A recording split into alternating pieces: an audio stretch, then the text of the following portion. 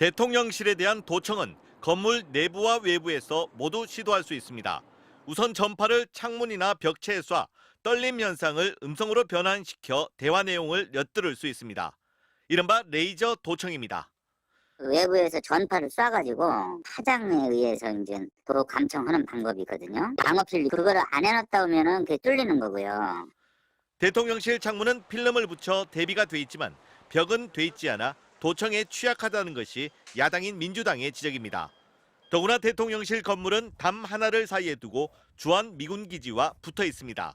마음만 먹으면 언제든지 도청을 할 수 있는 데다 그나마 방어 필름은 일부 창문에만 부착된 것으로 확인됐습니다. 건물 공사를 할 때 벽체나 자재에 도청 장치를 몰래 심을 수도 있습니다. 반영구적이면서도 상시적인 도감청이 가능합니다.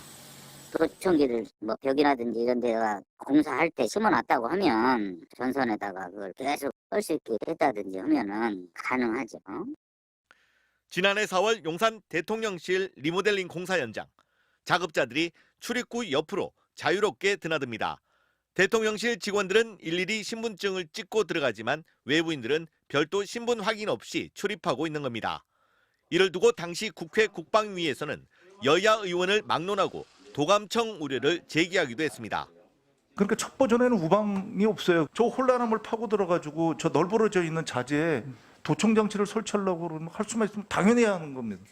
대통령 집무실 관련돼서 이제 보안 문제를 김병기 의원께서 말씀하셨는데 저도 좀 동의하고요. 외신 보도로 촉발된 이번 도감청 논란이 사실로 드러날 경우 졸속으로 청사를 이전했다는 비판은 더욱 커질 것으로 보입니다. MBC 뉴스 정도훈입니다. 야당들은 이번 사태를 70년 한미동맹에 납득할 수 없는 행위이며 주권 침해 행위라고 강도 높게 비난했습니다. 또 우리 대통령실뿐만 아니라 미국 측에도 보도의 진위와 명백한 정보를 요구해 국민 앞에 명명백백히 밝혀야 한다고 촉구했습니다. 일국의 대통령실이 이 도청에 뚫린다고 하는 것도 황당무계한 일이지만 동맹국가의 대통령 집무실을 도청한다는 것도 상식적으로 납득하기 어려운 일입니다. 한마디로 미국 눈치 보기부터 한 모양새입니다. 주권 침해 상황에 항의 한마디 못하는 비굴한 태도로 민주당은 더 나아가 대통령실 졸속 이전에 따른 부작용과 문제점이 드러난 것이라며 윤석열 대통령을 직접 겨냥했습니다.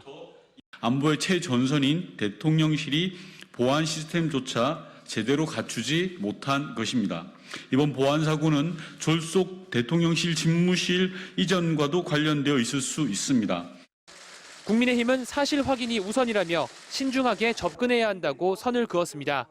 이 사안이 불거지게 되면 누가 이익이 되는지를 잘 살펴볼 필요가 있습니다. 미국도 아직 진상조사가 안 돼 있는 상태이기 때문에 그러면서 민주당의 정치 공세는 한미동맹을 저해하는 일방적 선동이라고 반박했습니다. 민주당은 이 중차대한 외교 문제를 두고 또다시 정치적 계산기를 두들기며 가짜 뉴스를 배포하는 데 앞장서고 있습니다.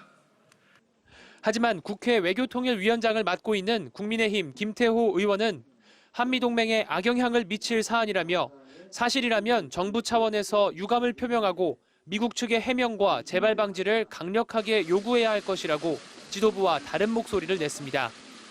민주당은 관련 상임위원회를 모두 소집해 정부와 대통령실로부터 명확한 상황을 보고받겠다는 입장입니다. 하지만 회의 소집 일자부터 출석기관 선정까지 여야 합의가 필요한 만큼 여당의 협조 여부가 관건입니다. MBC 뉴스 신준명입니다. 대통령실은 사실관계 파악이 우선이라는 입장을 재차 강조했습니다. 그러면서 양국 각자의 상황 파악이 끝나면 필요한 경우 미국 측에 합당한 조치를 요구하겠다고 덧붙였습니다.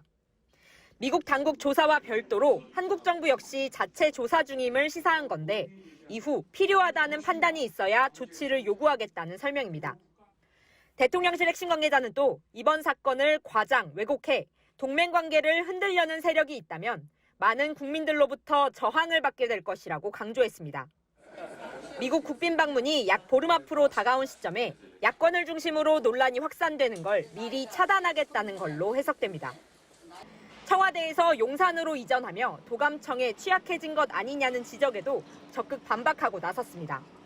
국회를 찾은 이진복 정무수석은 기자들과 만나 용산 청사는 도감청이 더 어렵다며 괜히 다른 사람의 킹으로 정부가 놀아나는 모습을 보이는 건 옳지 않다고 말했습니다.